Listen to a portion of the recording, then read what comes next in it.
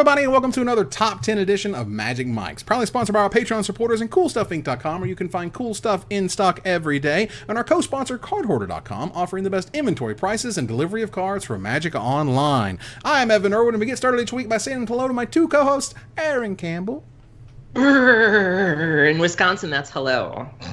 Wow. Freezing. See, I made a t-shirt because I'm in Florida. Oh, jerk. But Ruben's also in a hoodie. Ruben Bressler. I'm also reporting live from the future. As you can tell, I am in a special potato-proof encasing this week, broadcasting live from what it looks like when you actually Twitch stream. I found my Twitch hoodie in my stuff when I moved most recently. I most recently moved in with a buddy of mine for the next month or so. Shout out to Ask Joshy, AskJoshy. Popular Twitch streamer, does a lot of content all over the place. I did the Ixalan pre-release with him, for example, and he moved to Vegas to stream and pick up a new gig, and he's gracious enough to let me use his beautiful stream setup. Wow. So you should give him a follow. He's doing a lot of cool stuff with the VR chat recently.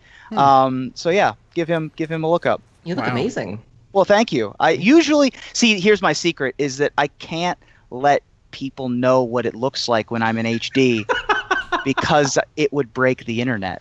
That's true. It's too too much. All much. that Bressler. Yeah, it's too many Bresslers.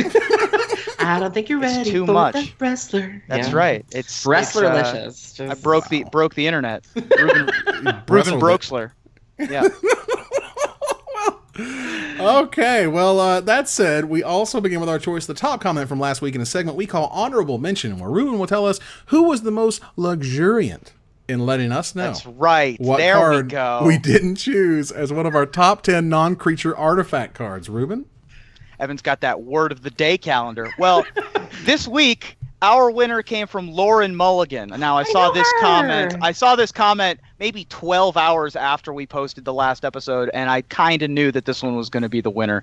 She writes, as a dedicated old school player, I have to say you have not lived until in the middle of the game you stand up, hold your Chaos Orb a foot above the table, and flip it onto your opponent's Sarah Angel. The card is the definition of iconic. Though almost no one has played with it, everyone can recognize Mark Tedden's art of an orb spewing lava. Chaos Orb's crazy, unique mechanic even inspired stories, true or not, of people ripping the card up to hit as many permanents as possible, a tale which inspired the unglued card, Chaos Confetti. Yeah, and there's actual articles similar to, like, AJ Soccer, friend of the show, has written articles about Brainstorm, how to brainstorm. There are actual articles about how to Chaos Orb, like the right way to flip it, the right, the right height, it's a science. It really is. My best Chaos Orb story was I was at SEG Providence, and one of the people that I interviewed in the sideboard while I was doing reporting was the inventor and co-creator and person who owned all the decks for Big Magic, which used exclusively oversized printings of cards. Wow. And the decks had oversized Chaos Orbs in them, and so you spread out all of your lands literally feet apart so that you wouldn't get Chaos Orbed by a foot like an 8.5 by 11 inch Chaos Orb. Wow. Yeah, my best Chaos Orb story is I used to date somebody who had power. Like he had power 9 and everything. And I only date people who have power, Aaron. I mean, power is an aphrodisiac, as they say. But and so I was doing the VSL with Randy on coverage, and we were telling a story about something, and I made a comment about how I'd never seen a Chaos Orb before, I'd never touched one, and all of a sudden I get this bing notification, and it's my boyfriend going, "I have a Chaos Orb, BTW." Awesome. And I was like, "Baby, like, wow!" Like it was impressive. That's funny. For those who don't know, Chaos Orb is a 2 generic mana artifact originally from Alpha that says 1 generic mana tap : if Chaos Orb is on the battlefield, flip it onto the battlefield from a height of at least 1 foot. This is the current Gather wording, by the way. Right. Because if you're seeing the current Alpha wording go by, it's like generic ridiculousness. If Chaos Orb turns over completely at least once during the flip, destroy all non-token permanents it touches, then destroy Chaos Orb. The way that we used to handle this in the cube that I used to play Chaos Orb in was pay a colorless : destroy a permanent you choose. Yes, one. Which didn't have to target, so you could target things with Shroud and Hexproof. Yeah, it's a hell of a card. And last bit of trivia here: the artist is Mark Tadine. Yeah, I know this in terms of his pronunciation because I met him at the Cold Snap pre-release, where amongst all the sadness and the mourning, which was Cold Snap.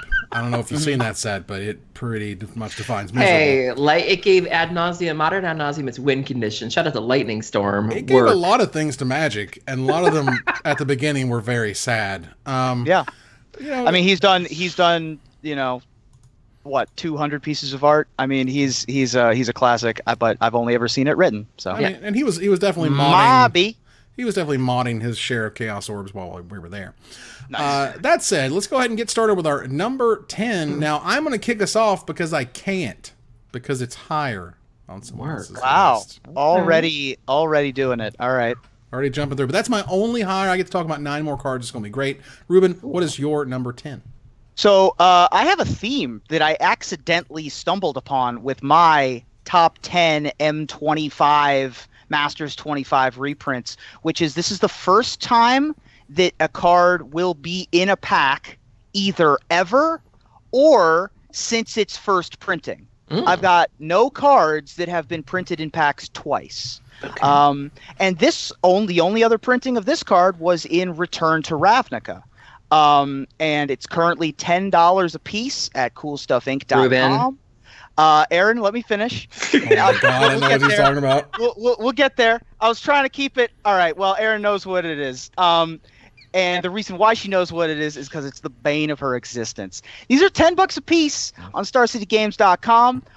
Like it or not, whether Aaron's hiding from it or not, you can't avoid the fact that Rest in Peace is a good reprint, y'all. It's a good one to put in the set. So Rest in Peace is a rare enchantment from Return to Ravnica. When Rest in Peace enters the battlefield, exile all cards from all graveyards. And if a card or token would be put into a graveyard from anywhere, exile it. Boy, that's a heck of a card, ain't it? I mean, there's vomit on her sweater already.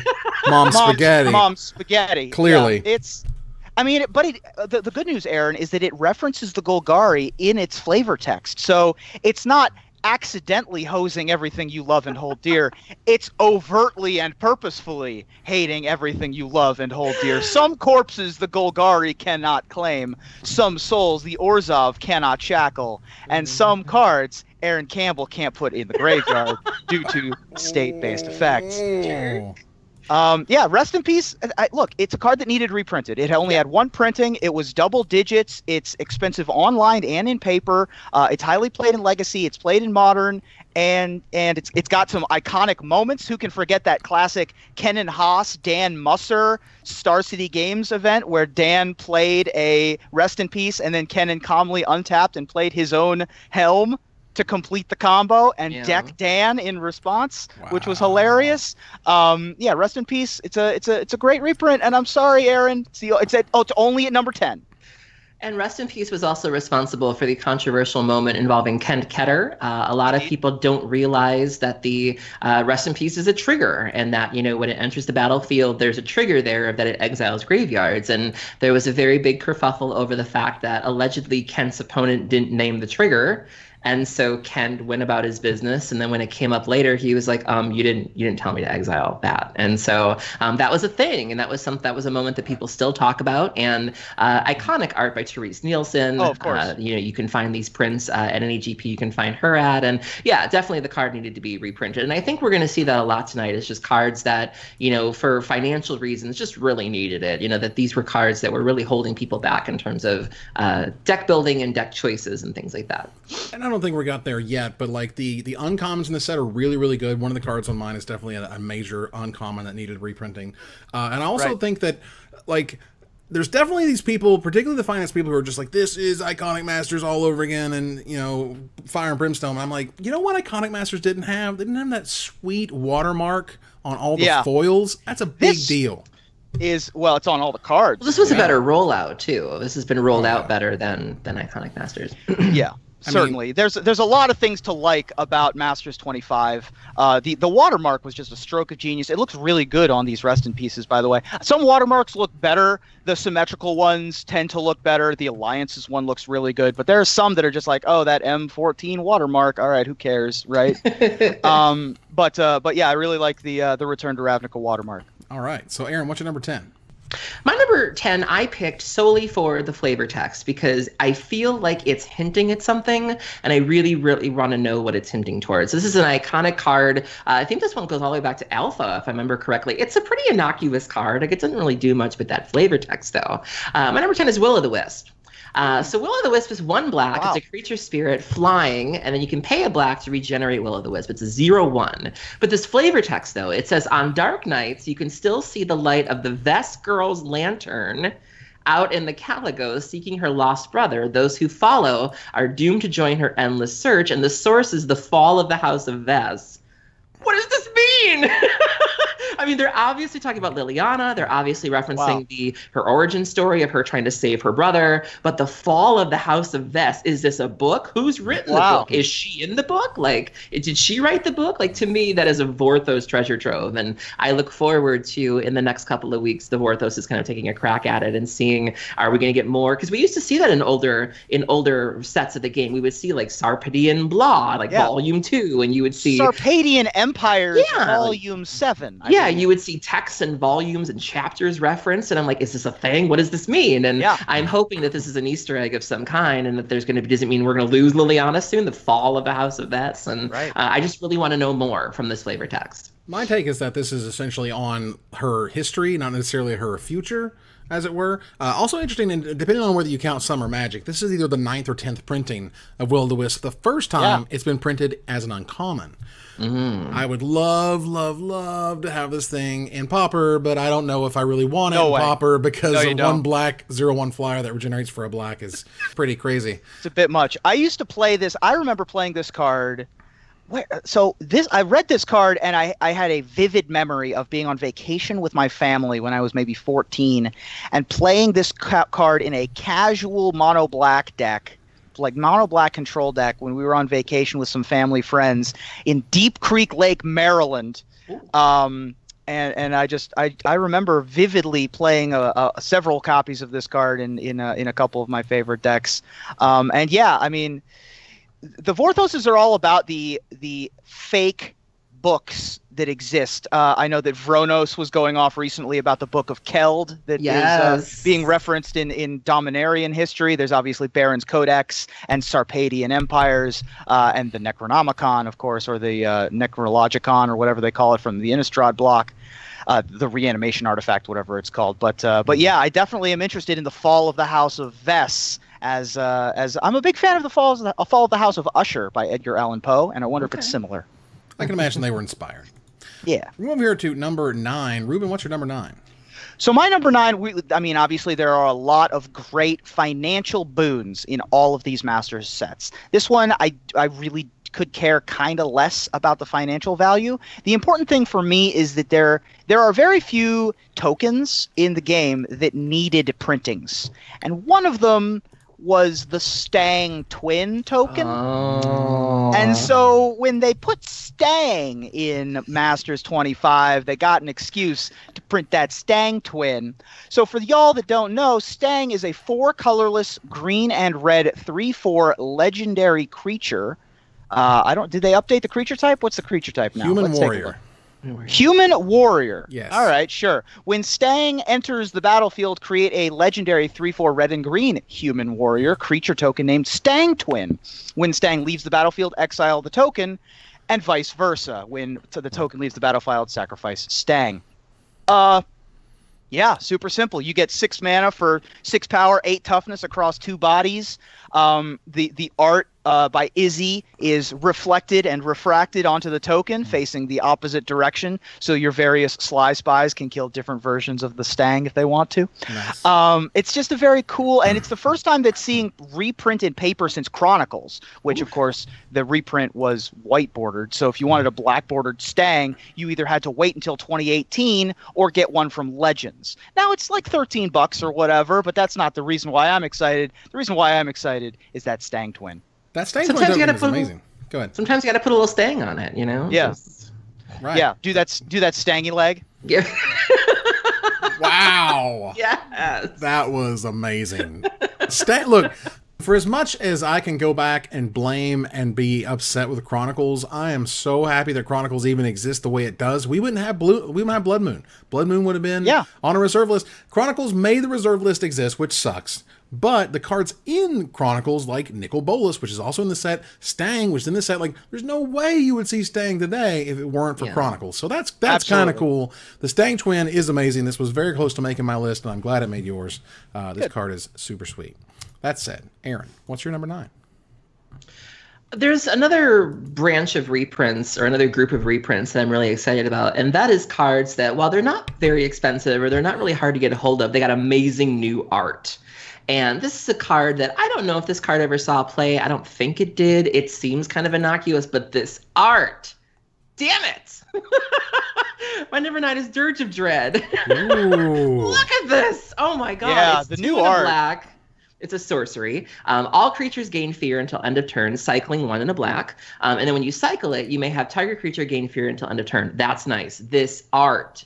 Look at it. So you basically have, shout out to Seb McKinnon, who did this. So you have what appears to be this naked, malnourished, you know, hunched over figure on the left who's hearing something they don't want to hear. And on the right, you have this leader, this cultist in like a black cowl and in garb and a robe, and they're holding like a pitchfork or a candelabra or something. And then there's about a half dozen creepy skeletons just sitting there with their mouths open, which is presumably where the noise is coming from that the naked guy is trying to get away from. And just the red, the crimson on the skeletons, the candles, the guy, the rocks by the guy where it looks like there's an eye in one of them. Just everything about this is creepy as hell. And oh my god, this is just a home run. Look at it. Seb McKinnon killed it. Seb McKinnon, well, first of all, Seb McKinnon always kills it in that he's amazing, and also he always draws dead stuff. Like he does that horrific, unbelievably gross macabre waltz when they're like grasping at each other. Oh my god. One of my favorites of all time is Tupelgeist, otherwise known as Doppelgeist. Yeah. He always does those foreboding, kind of creepy, like Saw movie feeling. You just have a pit in your stomach. I'm real excited to get his Twilight Prophet playmat when I go to Phoenix this month. Yeah, Seb McKinnon always. Is he going to Phoenix?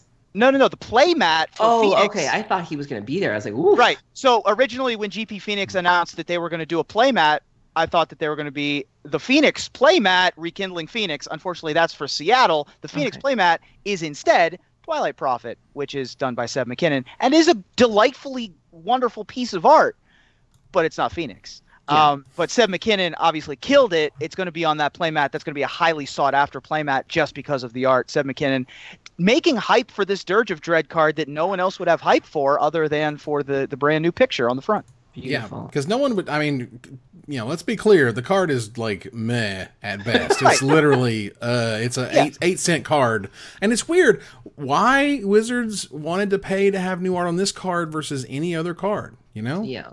Make some new excitement. Yeah, I don't know. And I'm okay with that because the art's amazing and Seb did a great job. I'm just like, it's really weird. What is your process? Like, we throwing darts here? This Sure. Getting blindfolded, figuring it out? A weird one. Well, it's a bit of a weird one for sure. Luckily for my next card, this will see play. And in the formats that it's going to see play in, it's going to be a monster because it was an amazing card that took a while to finally hit Pauper. But one of the cards that now hit Pauper is Frenzied Goblin. Frenzied Goblin is absolutely terrific. One of Gathering Magic's Pauper cards that we got this go around.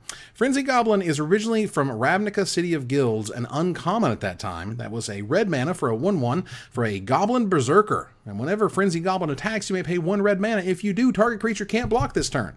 And that sounds okay, but trust me, when you're taking out their best blocker every single turn, like, oh, that's really cool, you got a wall of whatever, I'm just going to get through it. You have a 5/5 whatever, just going to get through it. When you're just trying to turn guys sideways and get them, Frenzy Goblin is the card for you. Now, Jackal Pup was very close to my list in terms of like the Pauper red card I want to include. Hordland Outburst, also another one that was amazing for this set in terms of Pauper. But Frenzy Goblin is just 100% good. Like, those other cards are situational, maybe in the right deck. If you're aggro, you're red, Frenzy Goblin is your friend. Absolutely. Pro Tour winner in the past in the hands of Mark Herberholtz, obviously, with Beach House, Red Green Beats, maybe the most iconic winning Pro Tour photo of all time. 3 copies of Frenzied Goblin in that deck. You got to play something on turn 1 to activate those Scab Clan Maulers, folks. Yeah, and this card see and play in Pauper for sure. This is a heck of a card. It's going to be terrific when it's finally released on Magic Online. You can finally play with this and Hordeland Outburst and Jackal Pup. The red deck got some sweet, sweet upgrades. Sure did. Move on here to number 8. Aaron, what's your number 8?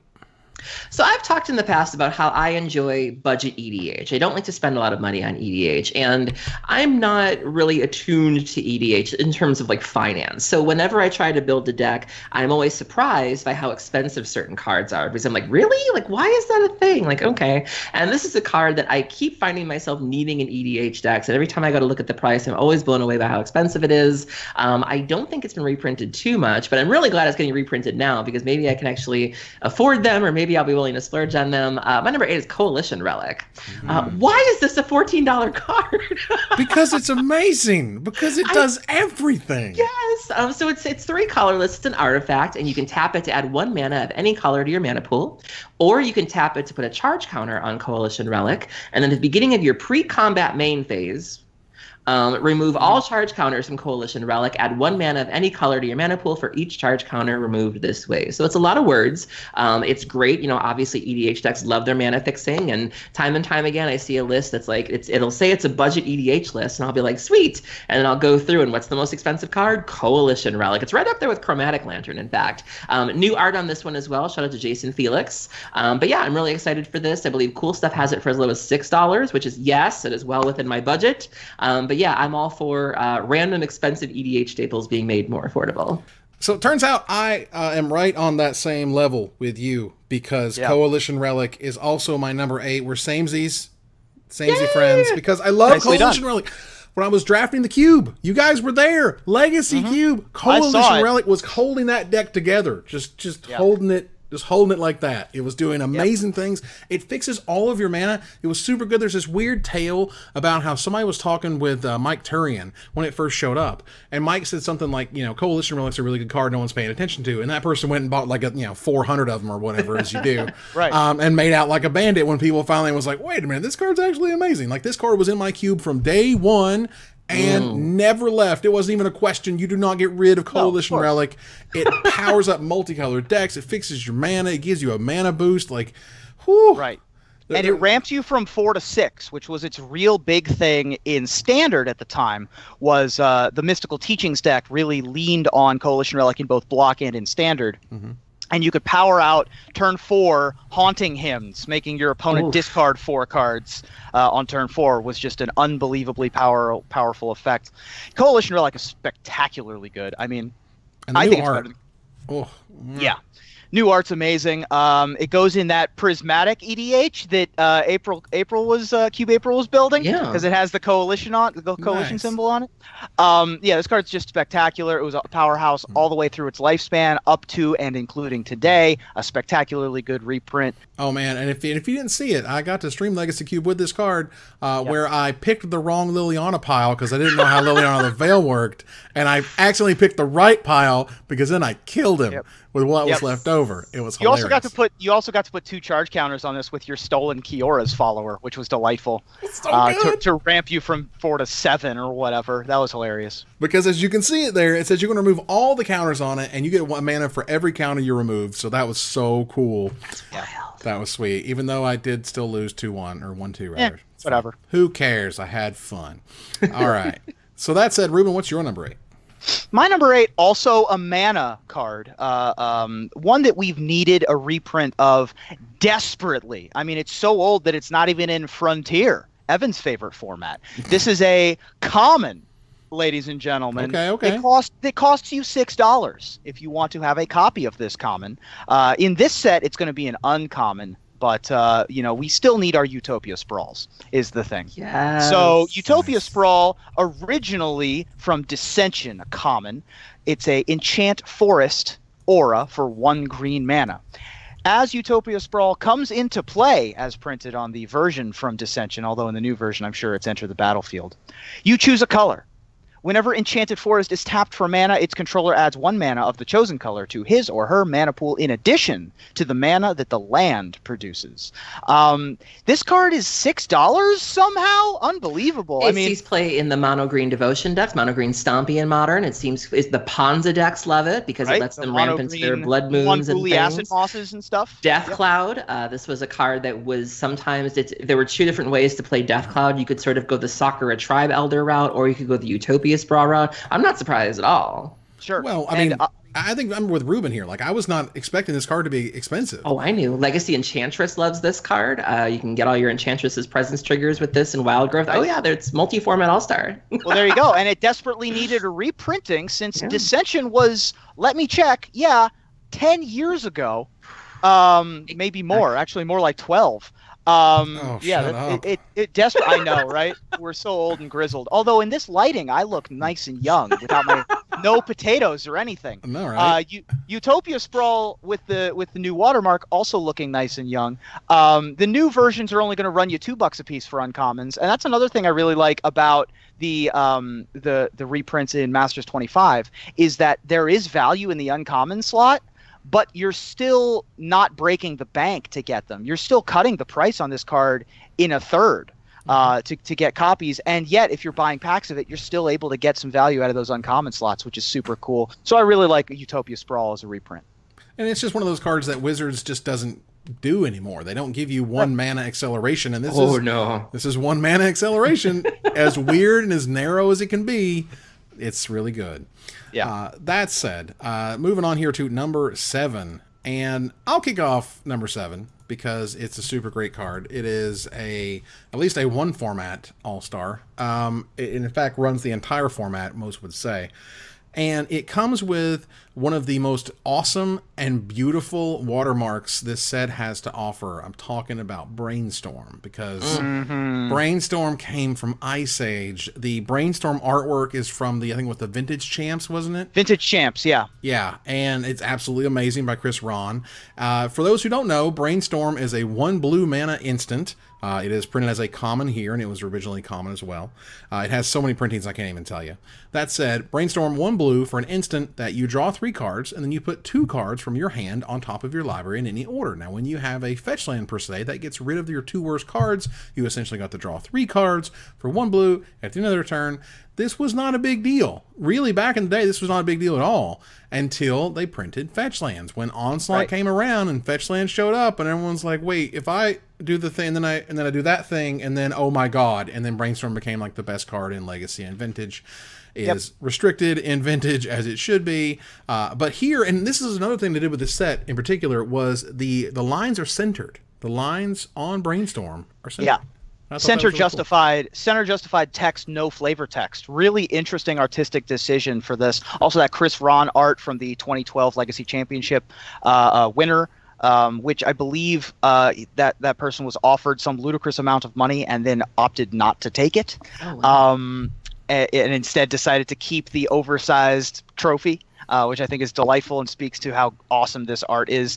Yeah, everything about this card, the way that they designed it, the way they left it without flavor text, center justified, that Ice Age watermark, it's just gorgeous. It is absolutely great. Brainstorm being good at also hiding discards. Like if you're facing a Cabal Therapy or a Thoughtseize, you can respond by brainstorming and hiding your goodies. Yep. If you are playing a Miracles deck, you're able to manipulate your draws so that you know what you're drawing. Delver of Secrets, if you want to make sure that you flip your Delver, you can brainstorm first and set that up too. It's ridiculous to think about how important that card is to specifically the Legacy metagame, and to look back and, like you said, Evan, it really wasn't that crucial to where it is now, where some people look at it as almost an infection that has sort of taken over Legacy. And, there are those tinfoil hat people that are like, Brainstorm is the problem. It's not Deathrite Shaman. It wasn't Top. It wasn't Terminus. It has been Brainstorm. And I never really bought into that conspiracy at first. Like, I think Hogan was the one that really started peddling it back in the day. And I was like, oh, Jeff, you're so crazy. And now it's like a year later, and I'm like, maybe he was right. And so I was in on it. I was in on the ban Brainstorm. I mean, it's like it's the same argument as trying to get rid of Workshop in Vintage, though. It's like, yes, it is the problem, but there's this gentleman's agreement of like, we're just going to leave it here, even though it's the problem. Yeah. I mean, that to me was like, that was always Chapin's angle, was there's a gentleman's agreement that this card is broken. There's no way you should be able to play with this card, but you can play with this card because that's Legacy, right? A lot of people, this literally is the format. Yeah, and it was vintage before they restricted it too. That was a huge metagame shift when they restricted Brainstorm. Yeah. And people thought the sky was falling and the format would never recover. And now vintage is great.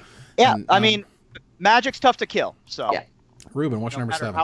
No matter how hard they try. Well, my number 7, once again, isn't really here for the monetary value. I mean, there are other cards I could have picked that were printed in the Commander expansions that are monetary value. And we might talk about them later, things like your Animars and what have you. But this one, again, we needed a Kobolds of Carekeep token, guys. We desperately needed one. No, we didn't. Yes, we did. Honestly, EDH players had wanted Kobolds of Carekeep tokens for a decade.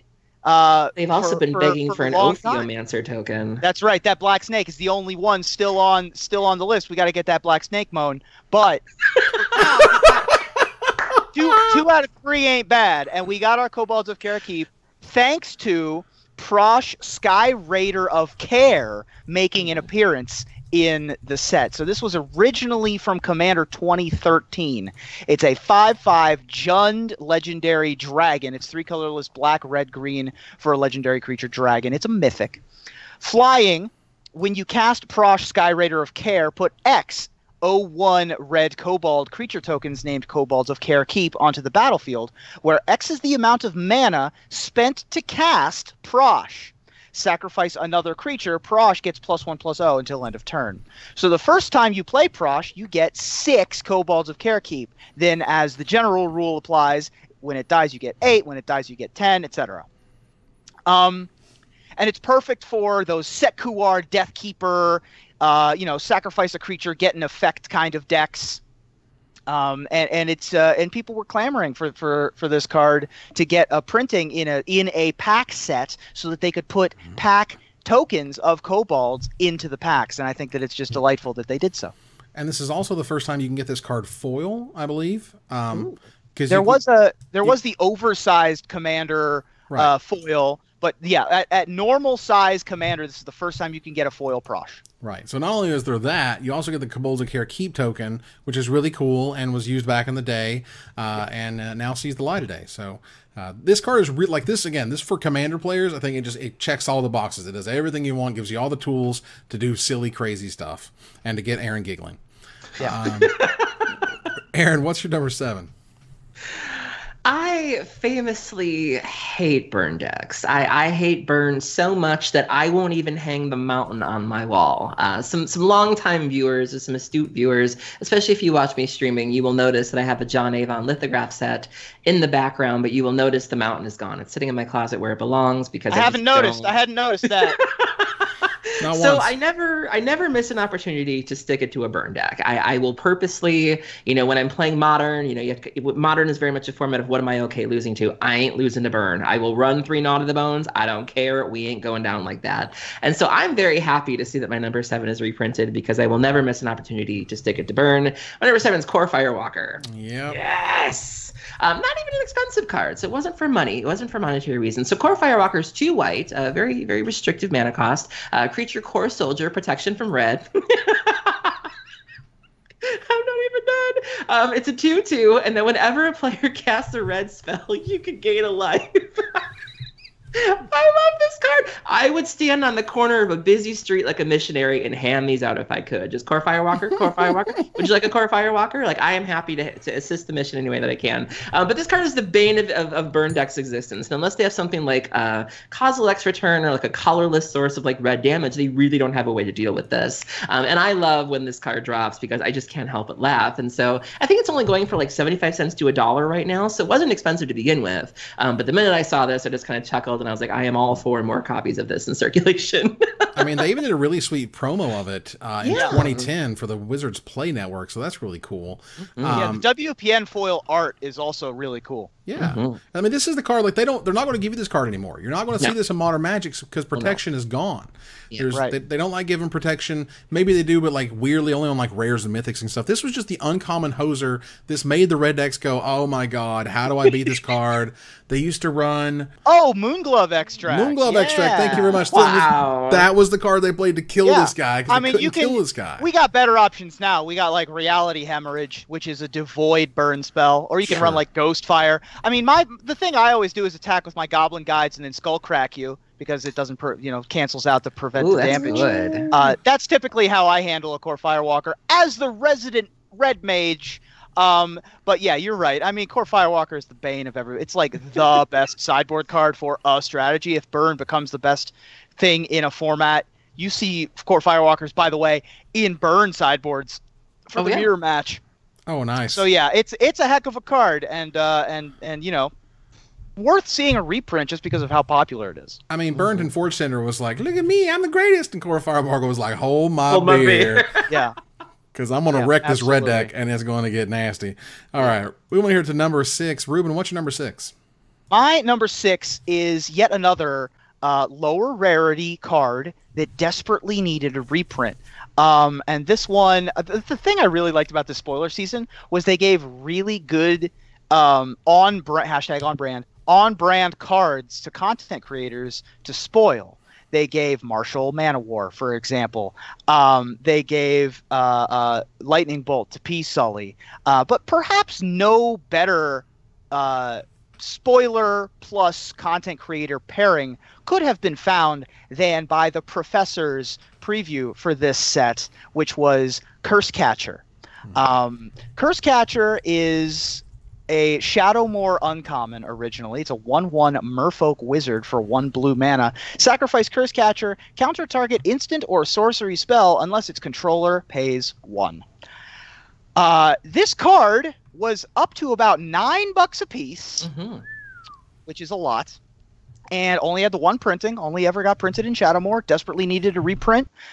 They kept that fishy art, the fishy orb art. The Shadowmoor set symbol as the watermark is one of the few that is not symmetrical but also looks fine. Yeah. And yeah, I really like this card a lot. I have a lot of memories of playing Merfolk in Standard, and way back at the beginning when I played Legacy, way early on, I played sort of like a Merfolk kind of aggro deck back when Dead Guy Ale and decks like that were popular.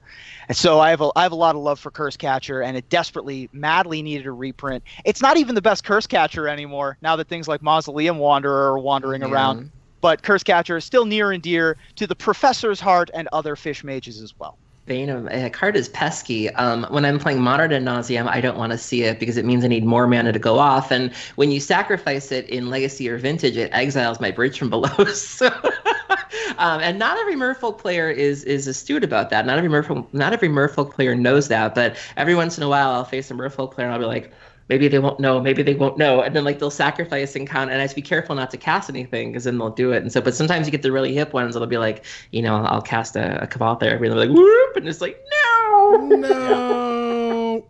Not good. Curse Catcher in and of itself, desperately needing a reprint, and now finally getting it. It's one of those weird 1/1s that just kind of, I think, snuck up on a lot of people. Yeah. Over time, eventually got played more and more, but until it became just like the stock 1/1 for one card you play in your deck because it's so disruptive. It messes with your opponent until it's dead, and that's pretty awesome for a 1/1. Yeah, it inspired Judges, Familiars, and Mausoleum Wanderers for the rest of time, but there will only be... The Curse Catcher was the first. It was it's still the only Merfolk one for your other vile Merfolk decks, so it fits right in with the Professor, and it's a great fit here in the set. It even is good in like the mid or the late game. Mana leak effects and force spike effects tend to outlive their usefulness. Like once the opponent has enough mana, it's just a 1/1 then. But in specifically a Merfolk deck, it gets very big very fast. So even if the opponent has the mana to start paying for things, it's just a 3/3/4/4 beater with Island Walk. And so it's good in the early game when you want to stop people from casting spells, and it's also really good in the late game when they can start affording that. And that's not something you can often say. way about cards like that. And I would just say it, and it desperately, madly, deeply needed a reprint. Yeah. Yep. As it were. All right, cool. So, Aaron, what is your number 6? Contrary to popular belief, I like playing a variety of decks.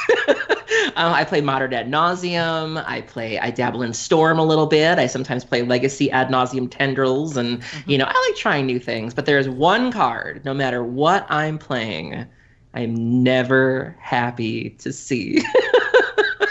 My number 6 is Thalia, Guardian of Thraben. I hate her. So Thalia is 1 and a white. She's a legendary creature, human soldier with first strike. Non-creature spells cost 1 more to cast. Why? Why? It's great. And she's a 2/1. And so if I'm playing Storm, if I'm playing Dredge, I'm never happy to see this card. But she badly needed a reprint. I think she's up to $20 right now. She was only printed the one time. Wow. She's an iconic character from the Innistrad storyline. She was invited back during Shadows over Innistrad block. She was one of the few survivors of Emrakul's tirade. In fact, she was instrumental in fighting it. She got to hop on a griff that was possessed by Saint Trapped. Like, she had a really dope storyline in that block. But damn it. She had a dope storyline in the first block too, if you recall.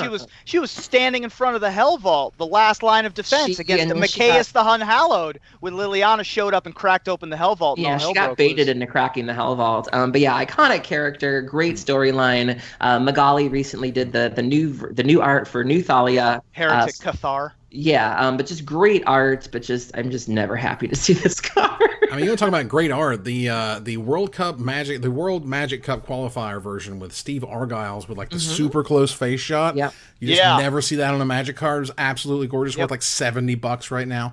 Yeah. This I can't, because for a while I played the Taking Turns deck in Modern. And this is not the card you need in the Taking Turns deck for Modern. Oh my god! But if you're playing any sort of Hate Bears or Death and Taxes, you need at least 4. You don't leave the house without less than 4, and at $20 a pop, that's a huge obstacle. And this card is super real and super annoying. And I basically played Echoing Truth because this card existed. Because I have to Endo turn, Echoing Truth, and hope to God I can take all my turns now, because you're just going to play it back again. I'm going to die. But when you can afford it, though, it feels great to Dark Blaster. Just true. Bam!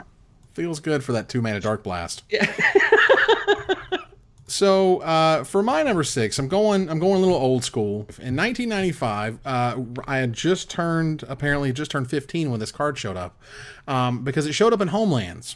And Homelands was really cool, a lot of flavor, super cool. For those who don't know, I'm going to quickly go over the lore of this card because I love it.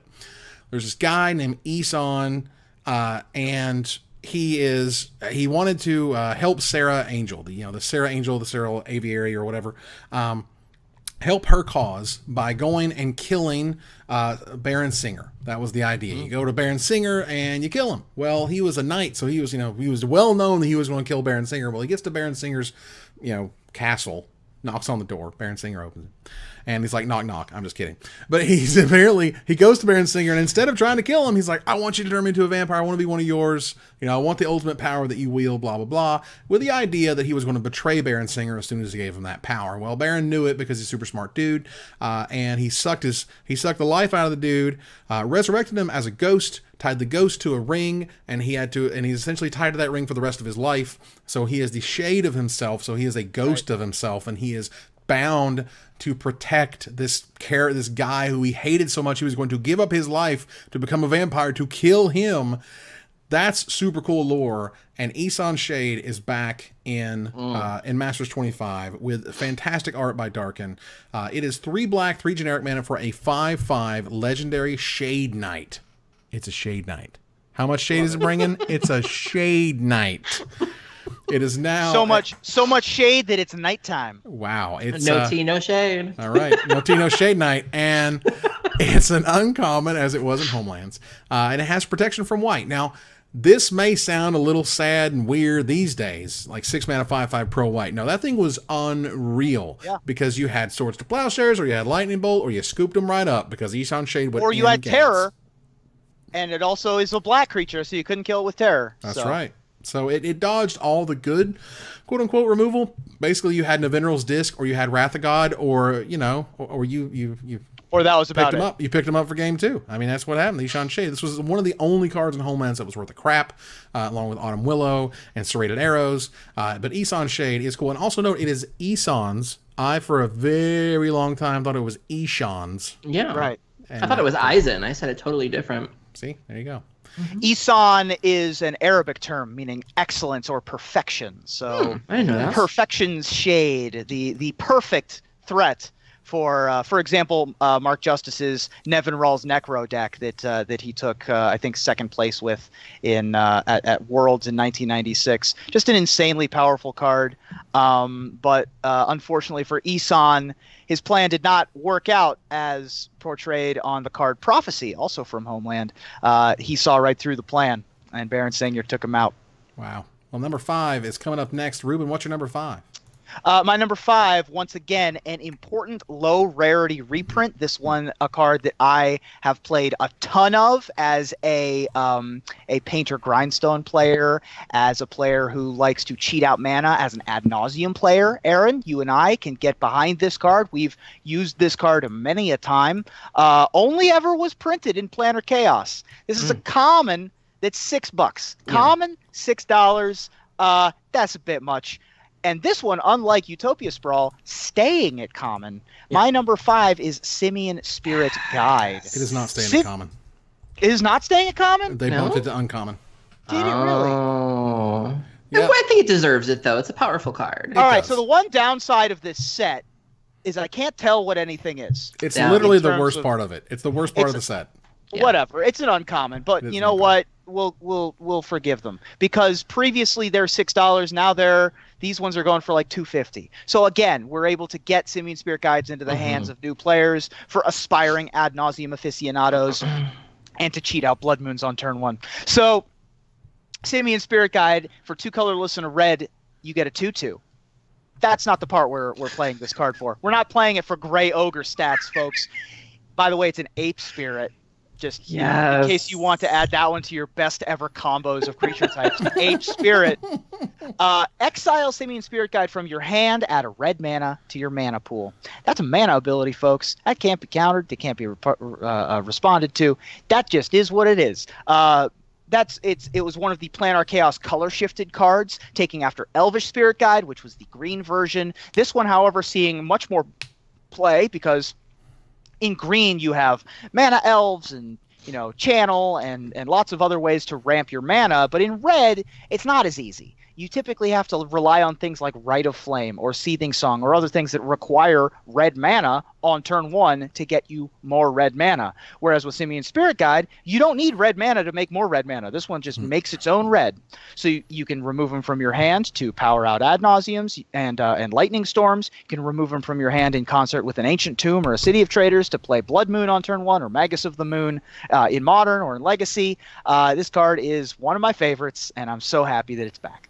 My favorite application of this card is to surprise people with Curse Catcher, where they're like, they think you can't pay for your extra one, and you're like, whoop, I got it. If you're trying to do anything broken in this game, you're probably using Simeon Spirit Guide to get there. Grishelbrand in Modern loves this card. Ad Nauseam in Modern loves this card. Like you said, the mono red Stompy decks love to use this to cheat out Trinispheres and Blood Moons and things of that nature. Belcher decks love this card. And there have been a lot of, Modern is very much a format where people are always crying for bans. They always want to ban something, and this is a really odd card that for years people are like, it's got to go, and there's no results to back it up. It has not.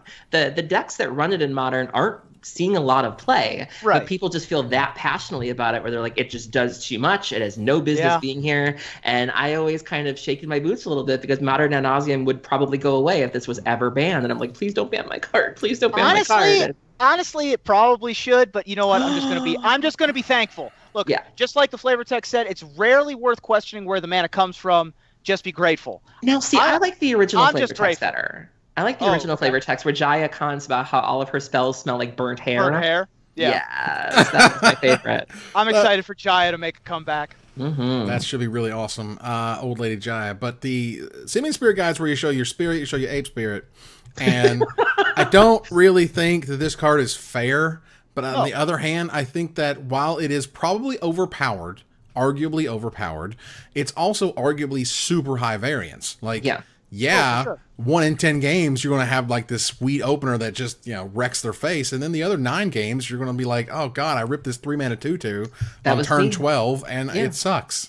Yeah, having to actually cast it is the worst feeling in the world. I disagree. I love casting spirit guys no. and killing people with them. I was streaming with, there's a young man named Mr. Labufu, who is a fan of the show, actually. He's one of our mods in chat, and he was teaching me how to play Griselbrand one night on stream, and I clipped the moment when he was like, we've got to cast it. We need a blocker. And I was like, I can't. Like, it just felt so dirty, and I, like, covered my eyes, and I was like, oh, no. Like, it's the worst feeling in the world. I love the miscellaneous beats. As a dredge player, when they play all their dredge hate but then have nothing else left, and you go turn 1 Future Imp, turn 2 Narcomoeba, turn 3 Stinkweed Imp, and just give them the 1/1 beats, I love going Imperial Recruiter, like go get a Simeon Spirit Guide, attack you with my Painter's Servant. Like miscellaneous 4 mana over 5 turns beats is my favorite way to win. And Simeon Spirit Guide's 2/2. That thing's got 2 power and 2 toughness, so that thing can clean up tokens on the other side of the board. And of course its main application. I've paid for many a curse catcher over my days with a Simeon Spirit Guide. I'm a big fan of this card. Card is super, super sweet. That said, Aaron, what's your number 5? So now we're starting to get into my more expensive cards, the cards that desperately needed to see some reprints and some surprising ones at that, and even some multi-format all-stars. So my number 5 was the most expensive card in Modern Ad Nauseam. When I was building this deck, I had to get a Boseiju, I had to get some Leyline of Sanctities, and those hurt a little bit, but I was surprised to see that my number 5 was the most expensive card. It's actually been reprinted twice already, 3 times if you count the masterpiece, the Amonkhet Invocation, I think that's what they were called, Invocation. So this will be coming up on its 4th printing, and it's still hovering in the $30 range. I don't know why. Pact of Negation. I don't understand. So Pact of Negation is a 0 converted mana cost spell. There's a cycle of these cards, the packs, if you will. It's an instant counter target spell. At the beginning of your next upkeep, pay 3 and 2 blue. If you don't, you lose the game. And so my favorite application for this card is when you're playing Modern Ad Nauseam and someone's doing something the turn before you're about to go off, and it could potentially stop you. So you'll counter it, and then you can respond to the trigger and go off on your upkeep. That is the best feeling in the world. Like when you've literally winning while losing death is on the stack. Yeah. Yes, that is the greatest feeling in the world. Or just being able to, fight through a counter war. You're playing against the blue deck, you try to go off, and they're like Spell Pierce, and you're like Pact, and they're like, fine, remand, Pact. And you don't care because you're going to win the game. And so this card is great. I believe the only decks that really use it are Ad Nauseam and Amulet Bloom used it back in the day, but I don't know who else is running it to where it's still $30. There have been others in the past, of course. There was the legendary 8-packed Flash Hulk deck that was legal for about a week before they banned Flash in 2006 or whatever in Old Legacy, where you could run 4 Summoner's Pacts and 4 Pact of Negation. You can also run Pact of Negation in the Hive Mind decks that were popular in Legacy. Okay. Yeah. There used to be a vintage deck called Blue Angels. Let me learn you some vintage history, folks. Where I didn't know that. You would tap out for a Platinum Angel, and then Pact of Negation, the thing that tried to kill it, and then you wouldn't lose the game because you have a Platinum Angel in play. Oh, that's so sick. Yeah, that's a fun one. I mean, there are lots of applications. Basically, it's all the combo decks. Typically, you aren't trying to. The Blue Angels deck was unique in that it was sort of a protect the queen strategy, where you just tried to land a Platinum Angel and then you couldn't lose because that's what the card says. And usually it's combos, things that go off quickly like Ad Nauseam, but. It can be tutored for with Thalia West was a popular thing back in the day as well. Lots of decks over the years have used Pact of Negation of various shapes and colors, well deserving of an invocation, and I'm glad that it's seeing a reprint again. I mean, Hive Mind is, I think, was the it was the all-star in Hive Mind, as well as Pact of the Titan was in there as well. But, you go through some of the older decks. Omnitail was using it. High Tide was using it. There was some Mystical Teaching stuff that was played in Modern. Really? Yeah, Blue-White Tron. Like, this is a card that, even one was played in an Infect deck by Tom Ross in the main. Because you just never see it coming. Just kill it. Yeah, where you're just like, all right, I need this one last pump spell, and they got the answer, and you're like, nope, don't care. This is just a nope, don't care card, Yeah. and that is amazing. The packs were all super cool, super neat, interesting. Some were reprinted in here in Master 25, and for good reason, because, I mean, they're classic. They were terrific cards from Future Sight, and you didn't have to do, like, Spellweaver Volute or whatever, some kind of weirdness, so they could say, hey, we checked the Future Sight box, and we gave you some good ones. They gave you 2 packs out of the set. All right, so speaking of things that are pricey and no longer pricey, is my number 5. Because, and I've told this story before, but, you know, to quickly go back over it, there was my first ever chase rare, you know, baby's first chase rare. And, you know, you see this card and it's previewed and people start talking about it, they start getting really excited about it. Inquest is super hype on it. Inquest has never seen anything like it. It's a $20 card. I saw it being played for the first weekend that was out, and I was like, oh my God, that card's unreal, Bob Dob. And then the guy who played it lost. And I was like, okay. And then, like, I kept watching, and then the next game they played it, and then they lost, and then I was like, oh man, it seems bad because it made you discard a card at random, and that's really super bad. And Balduvian Horde is so bad they took it from rare to common. Wow. Do not pass go. Do not collect $2. Go straight common. I'm over here like, please Will-O-the-Wisp, but they're like, Balduvian Horde. I'm like, all right, it's fine. There's madness decks in Pauper. I expect us to see some amount of play. Oh yeah, because Gurmag Angler is, you know, like kind of your premier 5/5 right now, and this lets you do that and ideally get value of it off madness. Or if you have no other cards in hand, it's just a 4-mana 5/5, which again is also very good in the format. So Balduvian Horde itself, while getting new artwork, which is great, dropping to common, it's just kind of awkward. It's a weird thing to see in Magic history of this thing just go, wee, and then no one cares anymore, even if it's common. Balduvian Horde is 2 red, 2 generic mana for a 5/5. It is now a common human barbarian. When it enters the battlefield, just sacrifice it unless you discard a card at random. So I was incorrect just a minute ago when I said you cast it with no cards, you're screwed. Yeah, you are. You have to discard something to get them. The Horde requires payment. Hopefully it's not a card you care about, because back in the day, this was Jazam Jin 2.0, man. No one ever seen anything like it. I remember. Yeah. Creatures were crap. No one cared. You know, like, oh my God, stats that were like above the, you know, above the sort of the mana cost themselves were just, what are you doing playing Urnum Jin for 4 mana for a 4/5? That's insane, you know? Yeah. But Balduvian Horde has a place in history, is really nice. I love the watermark. It looks great. The new artwork is super sweet. You got Loziva Cold Eyes with another sweet quote on there. And I'm excited to try it out in Pauper. Yeah, I mean, there are several cards that have dropped precipitously, skipping past the uncommon slot. We have Loyal Sentry in this set. We have Savannah Lions in this set. In previous sets, we've had, I believe, Elvish Vanguard, Mortician Beetle from Masters 2017, dropped from rare to common. So not unheard of, but certainly a card that was a flagship card for the set. Now, 15, 20 years later, falling all the way down as a common. That's a bit of an ego hit. But maybe it'll find a home in Pauper, because it's the kind of format where maybe it can be used. We're going to move on here to number 4, because, and I'll go ahead and lead into number 4 here, because it's very similar. It's very, very similar in a weird way, because you kind of just mentioned it, and it's fine. Oh, well, there you go. There was, you know, when I first started playing, there were some kitties. And I like cats, and I had a cat, and cats were cool. And Savannah Lions was amazing. Savannah Lions is a 1 white 2/1 cat. The end. That's it.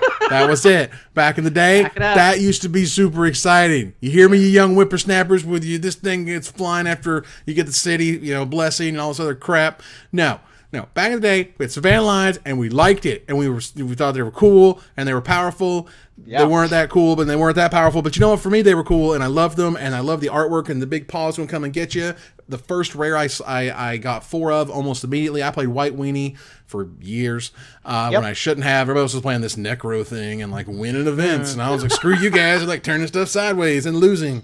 You know, every once in a while you get the Savannah Lions and the Strip Mine and the Order of Leap Beer and blah blah blah, and that was great. Most of the time it's not, but to see the mighty fall, to go from rare in 9th edition, it did sort of take Masters Edition 4, which was an online set, it went to uncommon, and we're like, all right, and now Wizards is like, it's common. Yeah. And I'm like, I mean, Elite Vanguard was a human soldier. Those are two relevant creature types, and those were printed at uncommon, so it's not terribly surprising to see the cat fall all the way to common. Yeah. I'm not sure this will have an impact on Pauper, as you have plenty of accessible, aggressive creatures in your white weenie decks. This is another option. And it's entirely possible. I also like that they gave it new art, the first new art since 9th edition, which was, what, at this point 15 years ago, 20 years ago? Oh my God. Which is ludicrous. I think 9th edition came out in 99 or 2000, no, right? 2005, I think is. Oh, 2005. Okay, well, whatever. In any case, first art in a while, but this one by Winona Nelson. So, Right. And Elite once again, Vanguard, the mighty falling, but perhaps they can find another home in Pauper. Well, Elite Vanguard went to common in Eternal Masters, so Sure. you now have 8 2/1 1-drops in Pauper. That's pretty cool. All right. Arguably pretty sweet. We'll see how Sure. that works out, and I'm excited to try it because it's I love Pauper and it's neat. And Yeah. Span lines are great. Ruben, number 4. My number 4, also a common originally, needed another reprint because this along with the card Oubliette are the arguments of saying we need to have like a Pauper thing. We need to have something to get these cards out. This card in particular is seen in like every Pauper deck. I think that like almost every Pauper deck has Ash Barons in it.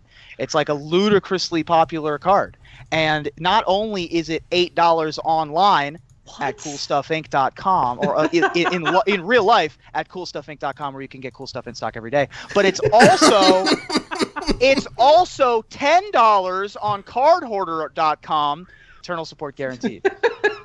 $10 for the online version. $8. Non-foil? That's non-foil? 8 clams, non-foil. Why? Because there's no foil.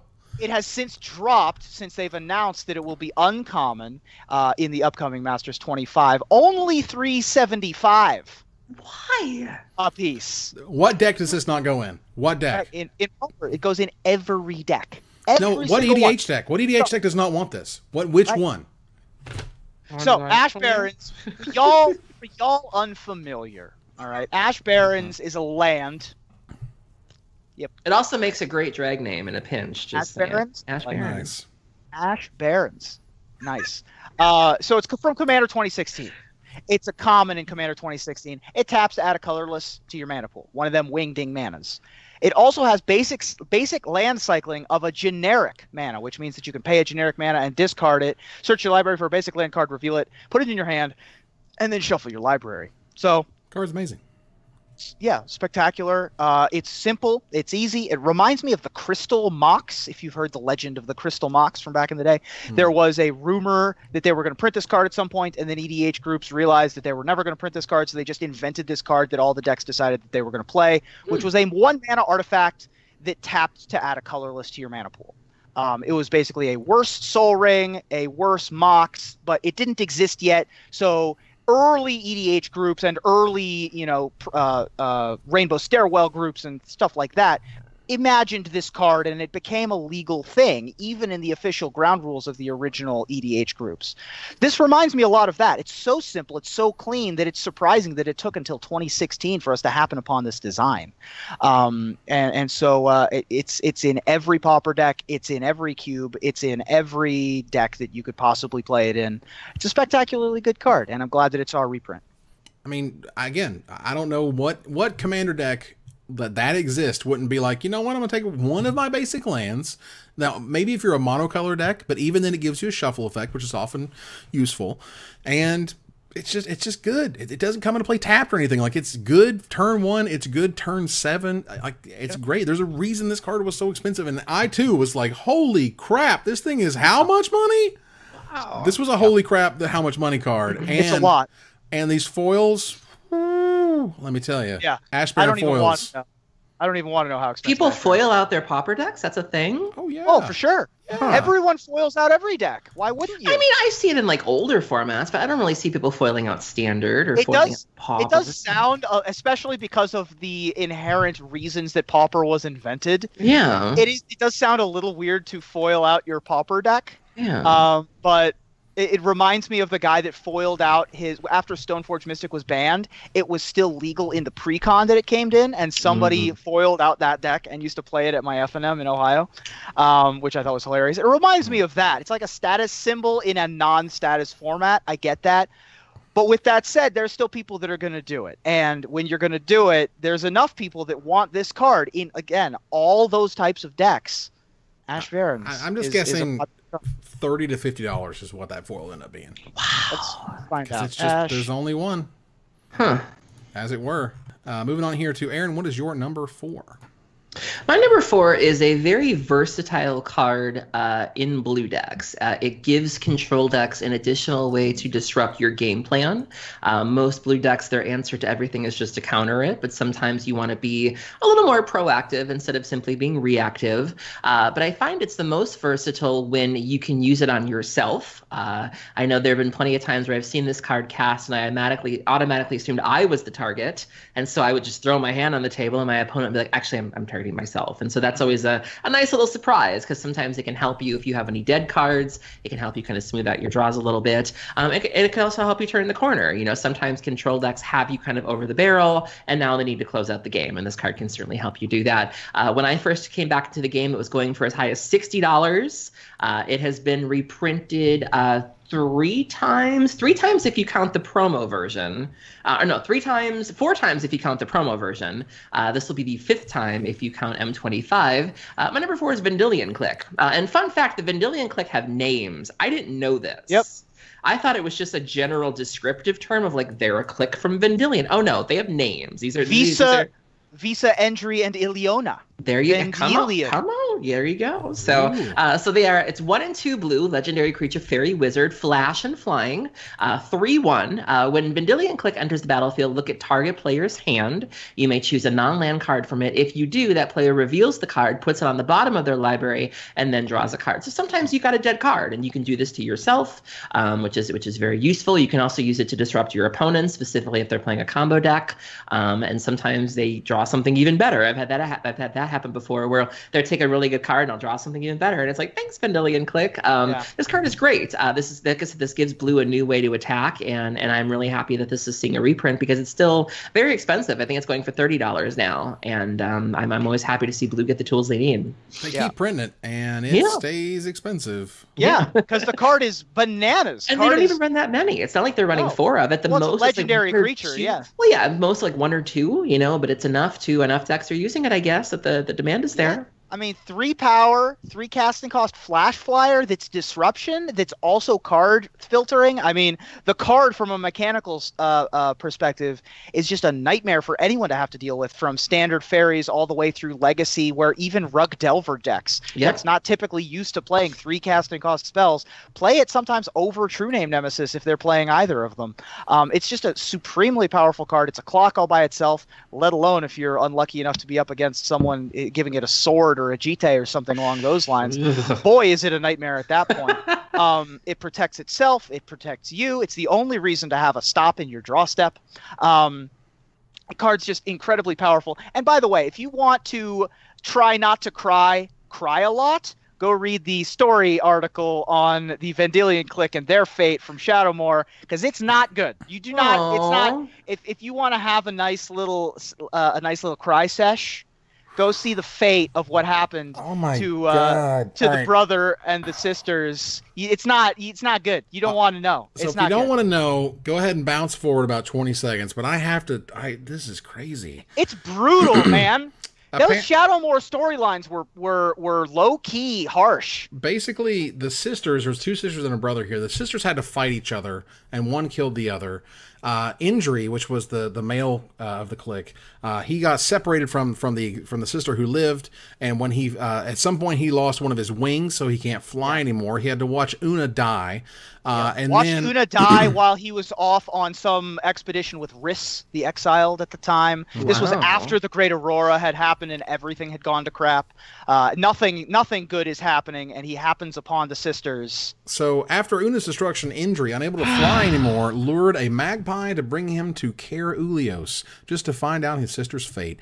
He found them dead, killed by each other. Carefully taking their bodies away from the carnage of the aftermath and taking them to the woods, he laid himself beside them, and dreaming about his sisters and his groundling friend Nora, he decided not to wake up ever. Oh.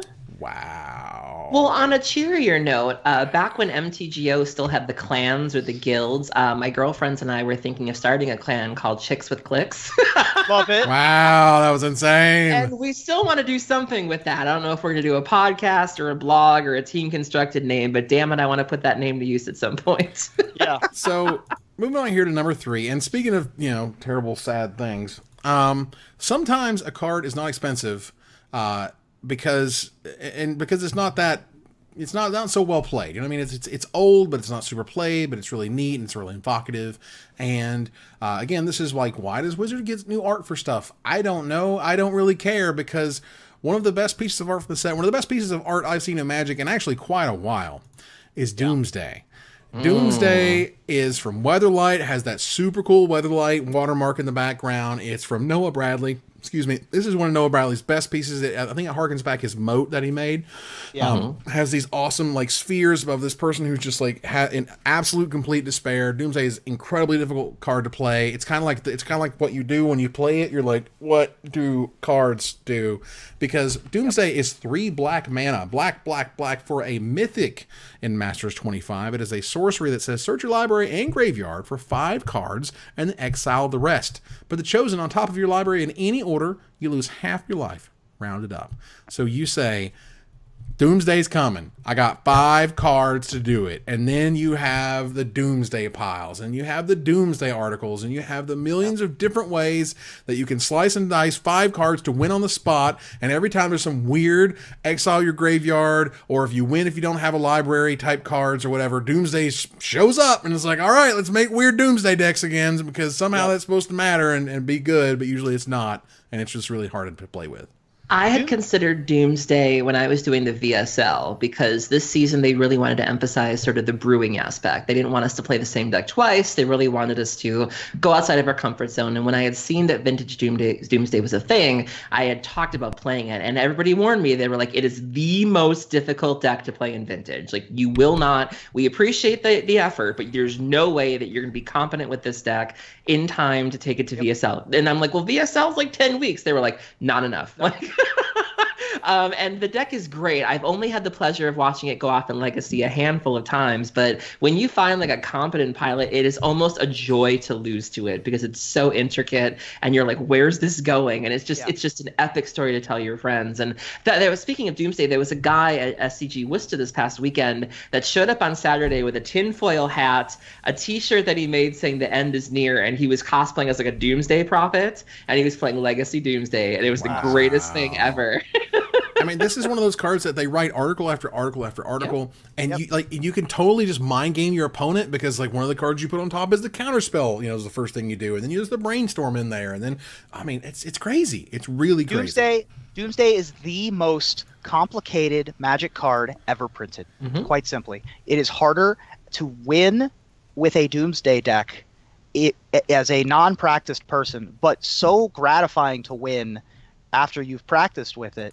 It's just spectacular. The various Doomsday piles that have at different times have used things like Shelldock Isle. Laboratory Maniac is a popular way to kill people when you're decking yourself with your own Ancestral. Various Emrakuls have obviously seen different types of play. Tapping and untapping effects to deal with your Shelldock Isles, things like Twitch or Mind Games, stuff like that. It's just a spectacular card. This art, by the way, first nominee for a Mike C for Art of the Year. In my opinion, it's just spectacular work from Noah Bradley. Almost as good as his shirtless selfies. Not quite, but almost. Almost. But it's just though. It's just so evocative. Even though you don't really know what's going on in the art, it looks like the Shadowfell, the Upside Down from D&D. It's got the 5 floating orbs to signify the 5 cards. It's got the person who has the despair in the foreground, center justified in the art. It's just a super cool image on a super iconic piece of art, and a great way to put Doomsday into the set. My favorite is that I actually pulled up our little doc we have to keep track of the 2018 Mike season. It's already there. Oh, don't worry. I already put it there, bro. Wow. Already ahead of you. All right. That's fantastic. So, Ruben, what's your number 3? My number 3, more recent entry. You know, you talked about your Homelands card, right? And there are some. Look, not every Magic set can be a winner. All right, there are strikes and gutters. There's ups and downs, right? Like Homelands, it's not great. Saviors of Kamigawa is a recent example. People don't love Saviors. I mean, like, let's not really talk about Prophecy. No one does. I mean, you might have forgotten about Prophecy. I sure did until I reminded you. But from more recent memory, I mean, did anyone really like Journey into Nyx? I mean, that's sort of like, I know Erin does a little bit with her Doomwake Giants or whatever, but it's like, it's not the best set. It's not, I mean, you also probably forgot about that card, or that set too. There were like 2 things memorable about Journey into Nyx, and one of them was the Eidolon of the Great Revel. Yeah. Which is one of my favorite cards of all time. Let's talk about red cards, ladies and gentlemen. Erin, you get to tap out. I see what color you're wearing, but you don't got it behind you. So, you know, Eidolon of the Great Revel is a red enchantment creature spirit. We've got enchantment creature spirits. Yes, we do. Yeah. Whenever a player casts a spell with converted mana cost 3 or less, Eidolon of the Great Revel deals 2 damage to that player.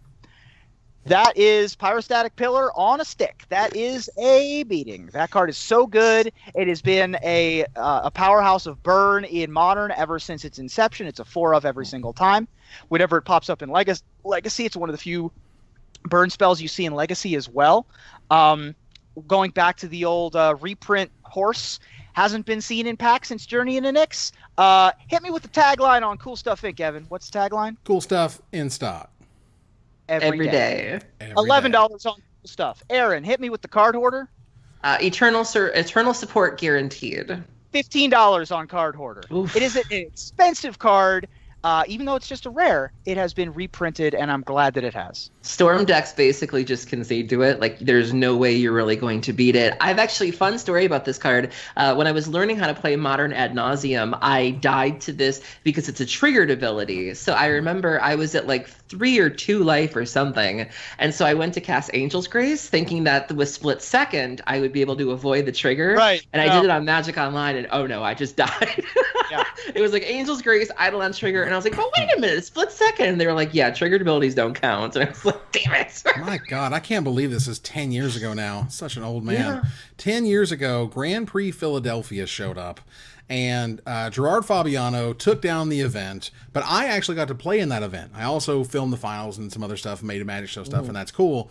But I actually got to play in this. I got to play Goblins. It was extended format, and I had Pyrostatic Pillar in my sideboard. And I remember this because I was playing against some pro. I can't remember exactly which. I don't even think that this person even plays these days. It was sort of like an old school pro who knew of me and didn't really like me because, you know, I sort of represented the scrubs of the world.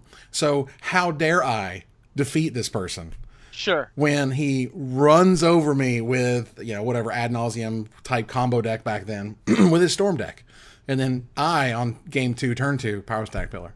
And then I on game 3, turn 2, Pyrostatic Pillar. And he lost. Rude. And he was so pissed. Yeah, man. It was delicious. It was so good. I loved it. Because the only other good thing out of Journey into Nyx was that Patrick Chapin won its Pro Tour. Sure. And that was pretty much what you had was Eidolon of the Great Revel. And hey, Chapin finally got there. That's really sweet. Yeah. And Courser of Crewfix, which is also seeing a reprint in this set, and that was it not? Born of the Gods. That was Born of the Gods? Man, there really was nothing in Journey into Nyx. Wow. Vomit. Okay. It was not a great set, but that was a great card in it. Aaron, what's your number 3? Legacy is in a very interesting place right now. Specifically, the format is greedy as hell. There are a lot of decks floating around that it's a miracle they just don't collapse in on themselves because specifically the check pile deck, which is running Kolagon's Command and True Name Nemesis and Days and because why not? And it's like, and Wastelands. And it's just like, how are you not how is this possible? And I'm really surprised that my number 3 doesn't see more play, because it would be, these decks just seem like they fold. They sure ain't running any basics. And so it's pretty obvious where I'm going with this. This is the card that people tend to complain about the most in Modern. There have been a lot of doomsday prophets that say that like 8th edition should be banned because of, I think it's 8th or 9th that they want banned because of I this. just want 8th banned. That's fine. But they want cards like this banned because they think it just doesn't promote very interactive gameplay, and I ain't here to interact, so I'm all for it. My number 3 is Blood Moon. So for those playing along at home, Blood Moon is 2 and a red. It is an enchantment, and when it enters the battlefield, all non-basic lands turn into mountains. And this card is fantastic. It's been reprinted several times. I remember it going as high as $50 at one point. It's down to about $20 to $30, despite all the reprints. But, you know, the card punishes greedy mana bases. It punishes the decks that, you know, aren't running basics. If you're trying to run 3 colors or more, this is going to punish you for doing that. If you're playing any of the Tron post kind of decks where you're looking to make a lot of fast mana, this card really punishes you for that too. And it really forces you to build your deck a certain way. You know, I personally try to run basics just in case this happens, so I can fetch a basic and I'm okay. I don't like to be kind of caught with my pants down, so to speak, when a Blood Moon drops. So, you know, there are the people that get punished for not really thinking of this card, and I'm surprised that this card doesn't see more play in Legacy. I'm surprised Mono Red Stompy doesn't see more play, but this is also a free win card. The first night of playing VSL, I played Dragon Stompy, and just cheating out a Blood Moon with the Simeon Spirit Guide feels fantastic. A turn 1 Blood Moon. I used to play a deck called Living Moon, which is a variation of Living End that ran Blood Moon, because a lot of the Living End creatures have land cycling. So the theory being you would fetch your basics and then just whoop. And then they wouldn't be able to stop you from casting Living End. And the card has just become ubiquitous. You know, some argue that it's broken. Others argue that it prevents broken things. But yeah, I just don't see Blood Moon really going anywhere at this point. I mean, I can tell you what happened back in the day. Nothing. No one liked this card. This card was terrible. Like, this card was literally straight trash when they reprinted it in Chronicles. No one liked it. No one played it. This is one of those really clear instances of back in the day, no one cared about it. And then one day I said, how much is Blood Moon? And they said $60. The Chronicles white bordered piece of garbage was $60. And I was like, like the blood flow of the ear, and I can't because I don't know why. And then, as time went on, and as you saw these decks being played, you're like, oh my god, that effect is amazing. If you count the Invocation from Amonkhet, it's been printed 8 times. It is still well over $20. So yeah, this card is the truth, because, you know, people can't handle it. Let me take you back to September 5th, 2013. The fastest match in the history of Star City Games top 8s, or fastest game in the history of Star City Games top 8s, featuring one Matt Hoey on Shardless Bug and one Mr. Ruben Bressler on Mono Red Imperial Painter. Ruben! Game 1, Ancient Tomb, Simeon Spirit Guide, Blood Moon, game over in 8 seconds. Why are you like this? Because I love me a Blood Moon. I only want 8th gone because this was printed in 9th, so I still get my Blood Moons in Modern. I just want Ensnaring Bridge out of there. But yeah, I mean, I love me a Blood Moon. Like, you're not going to find a person on the planet who's played more turn 1 Blood Moons in their time. I mean, you're going to have a long time searching, I think. Again, with the watermark too. Center justified text, no flavor text, and the dark watermark, which is itself a crescent moon. Perfect. So yeah, exactly. Chef's kiss. Exactly right. It's spectacular. I really so I want to play the Grixis Painter deck at Seattle, but I kind of want to play the mono red one so that I can play 4 of this, because this card is gorgeous. Yeah, this card is amazing, and the currently pre-ordering the foil for $60 right now, whereas other prints like 8th edition foil is only $120. You know, that's amazing. Also, by the way, getting rid of 8th edition would get rid of the Urza lands from Modern. Would be another monster cut. That said, Ruben and Aaron, I think you guys share number 2. No, I share a number 1 with someone. Right. I have a higher at number 2. Gotcha. That said, so Aaron, what is your number 2? My number 2 is the reason we're here today. It is the card that I think this is the card that is most being used to try to push the set or to try to sell the set, which a lot of people had a lot of feelings about. I don't really understand why. It was recently unbanned in Modern, and has proven to have not really made a splash yet. It seems like Bloodbraid Elf is really getting all of the attention. Jund was the bust-out deck at the Mox this past weekend. This deck, this card, there were no copies, from what I understand, in the top 8. Ruben, you weren't looking at the results, yeah? I think it's fine. I think it's completely safe to unban this card. I think Modern's going to be fine. It's Jace the Mind Sculptor. So two blue legendary planeswalker Jace starts off with 3 loyalty, +2. You can look at the top card of target player's library. You may put that card in the bottom of that player's library, also known as the Fate Seal option. Or you can 0, draw 3 cards, then put 2 cards from your hand on top of your library in any order, the Brainstorm option. You can -1 to return a creature to its owner's hand, the Boomerang type effect. And then its ultimate -12, exile all cards from target player's library, and then that player shuffles their hand into his or her library. This is probably the best planeswalker out there right now. Sees Legacy play, sees Vintage play. Seeing this on turn 1 in Vintage is terrifying. But yeah, it was recently unbanned in Modern. It seems fine. People don't seem too worried about it. And this is the thing that they really use to kind of push the set. Unbanning Jace was not a coincidence. They timed it with the release of the set, and I think it was a fantastic move. And I'm really excited to see what more copies out in the field will do.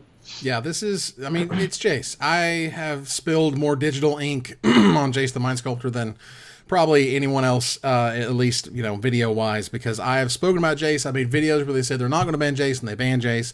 I tried to be very skeptical. I was very cautious. I didn't think it was a good idea, but I'm happy to be proven wrong, and I feel like I have been proven wrong. If anything, I think there's a big plate of crow for one Mr. Ben Friedman, because God help him, he was calling WotC fools, and he was saying they'll rue the day, and this is going to end Modern, and blah, blah, blah. Whereas Bloodbraid Elf, I think, is doing its job as what it did in Standard. It's keeping the Jace decks away, because Bloodbraid can just do such a good job at catching you back up even when they resolve a Jace. And so with having 4 mana win conditions, where you have Scape Shift and whatnot, like 4 mana, Jace wins you the game. 4 mana, Scape Shift wins you the game. Well, I also think there's a bit of a learning curve involved. I feel like, as I mentioned earlier, I think Bloodbraid Elf kind of groks better, where it's very simple, like play it, get something free, got it. But, to be fair, I think a lot of people in Modern have never really played with the Brainstorm, quite honestly. Modern is sort of there's some argument as to whether Modern even constitutes an eternal format, but I would argue that there are a number of Modern players who've maybe never, cast a Brainstorm or cast them frequently enough to be good at that ability and to really maximize it or to maximize the Fate Seal. And so, Jace does come with, three abilities, and so there's a lot to learn there for an audience that's never really had to deal with it. But I think that I don't think we've seen the last of it. Like, I wouldn't rule it out right now, but for now it does seem like Bloodbraid is the winner in terms of unbannings. The older you get, the more important card quality becomes. Yeah. Which is why things like Force of Will, which is itself inherently a 1-for-2, is one of the most expensive cards in the format. It has better stopgap solutions in Legacy and Vintage with things like Force of Will, Daze, Wasteland, stuff like that. In Modern, it's less so, and so the card quantity is more important. And you get things like Bloodbraid Elf giving you a 2-for-1, and the good stuff mid-range decks, lots of things, Yeah, lots of things like Painful Truths seeing play, for example. Ancestral Vision obviously made a huge splash when it was unbanned. And Jace the Mind Sculptor, being a 4-mana card, is a lot easier to protect and also protect yourself in Legacy and in Vintage, whereas if you drop a Jace on turn 4 in Modern, you might just die. Yeah. And in Standard, there was never that fear. In Standard, you were up against 1-drop, 2-drop, 3-drop vampires usually, or opposing Jace decks, and so that was less of an issue. The problem is that Modern has this sweet spot where you might just take 8 damage burn spells to the face, or you might get ad nauseamed out of the game, or you might get attacked by a cranial plating that has 15 power or a 10 power Glistener Elf, or whatever other combo happens to be going off that turn. And so it's not necessarily just Bloodbraid Elf, but certainly the format has evolved. And by the way, unbanning of Jace in Modern has evolved the Modern format. A lot of those Pyromancer decks that were really popular at the Pro Tour, for example, those have been pushed out of the format because you either want to go underneath Jace, things like Burn, or over top of Jace, things like Tron and Scapeshift. And so those decks that were in the middle, you very rarely see Abzan anymore. That's partially because Bloodbraid Elf exists, and the mid-range decks that do exist are now Bloodbraid Elf decks usually. Yeah. So the unbannings of both cards, even though Jace didn't necessarily have an appearance in the top 8, its presence was certainly felt. Absolutely.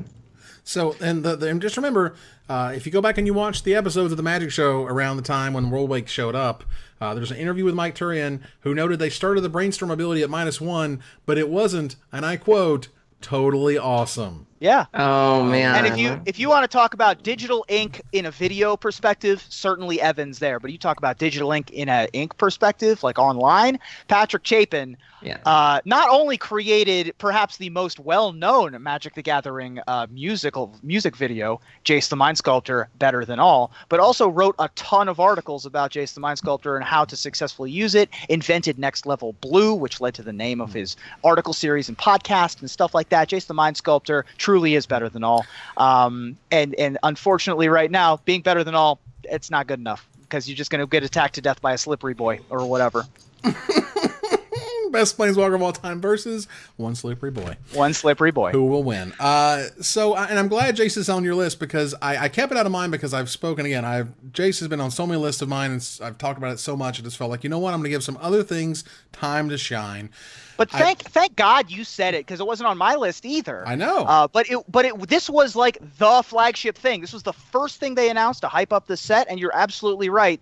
It started out with a bang, and so that's a huge win for them. It absolutely turned around the sales of the product. The sales of Masters 25 were meh, and everyone's like, oh my God, iconic Masters, 2.0, and unbanned Jace. Jace is in Masters 25. We'll see you guys soon. Oh my God, everybody in the mall was buying boxes. Oh my God. So that's great. Now, another thing that I was expecting them to ban after it won the Pro Tour, Lantern Control is so dumb and annoying and terrible, in my opinion, for coverage. This is one of those things, like one of the factors of Sensei's Divine Top being banned, terrible for coverage.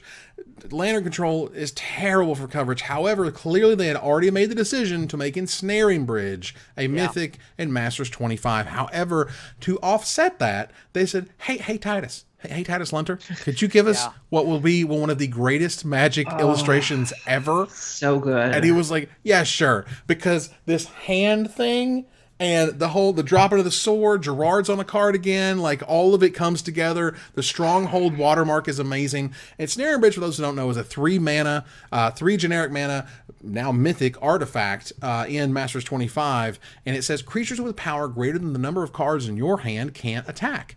And also, in that sort of Weatherlight goofy flavor, it even still has that kind of, tongue-in-cheek flavor text of when I said I needed a hand, I didn't mean this. Yeah. Says Gerard Capuchin, because when you don't need a hand, you need an Ensnaring Bridge because then you don't need that. LOL. Gorgeous. Woo! But yeah, Titus, just absolutely killed it. This is one of my favorite illustrations ever. Yeah, burn decks, Ruben. I know sometimes the burn decks will bring this in against opposing creature decks. I know when I'm facing burn in Legacy, I make sure to board in an Ancient Grudge.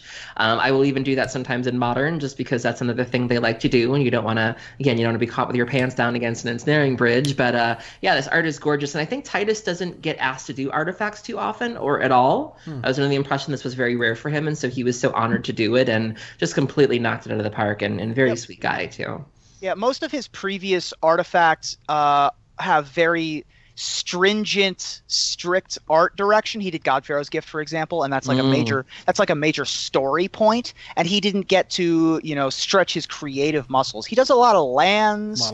He does a lot of like story cards, things like Hadanta's Climb and the Arch of Araska and stuff like that. And so to allow him to just sort of get limber, right, and just like do whatever the hell you want, bro. Let your freak flag fly. Yeah, Titus. Exactly. And he certainly did with this art, with the creepy hand rising out of the bridge here. So well done to Titus Lunter. And just not a cheap card. This thing is still $35 to $40, even with this printing. Listen, PSA for you guys. If you're going to play Ensnaring Bridge, now there's a trend I've noticed amongst people who play Ensnaring Bridges, specifically Lantern players. They love to make them not match. They love their white bordered bridges. They'll use 3 different sets. Listen, now that this has been reprinted, y'all got no excuse. Because they used to say that the Stronghold ones were too hard to get or whatever. So they were like, I only got the white borders. Oh no, I expect to see many more black. Well, fix that. There are now, I can either have 4 different arts of black bordered ensnaring bridges, or 4 different arts of foil ensnaring bridges. Sure. So, you know, because we got those Amonkhet masterpieces, or Kaladesh masterpieces. So, well, if you want the tilts, let's do it. Well, look, I'll let you guys close out the show, and I'll go ahead and run out my number 1 here. Which is my number 2. Which is Ruben's number 2 through the power of deduction. But let me tell you, there's 2 things that were wrong about Masters 25. Now, one I've already mentioned. The set symbol is terrible. You can't tell if it's common or uncommon, and that sucks.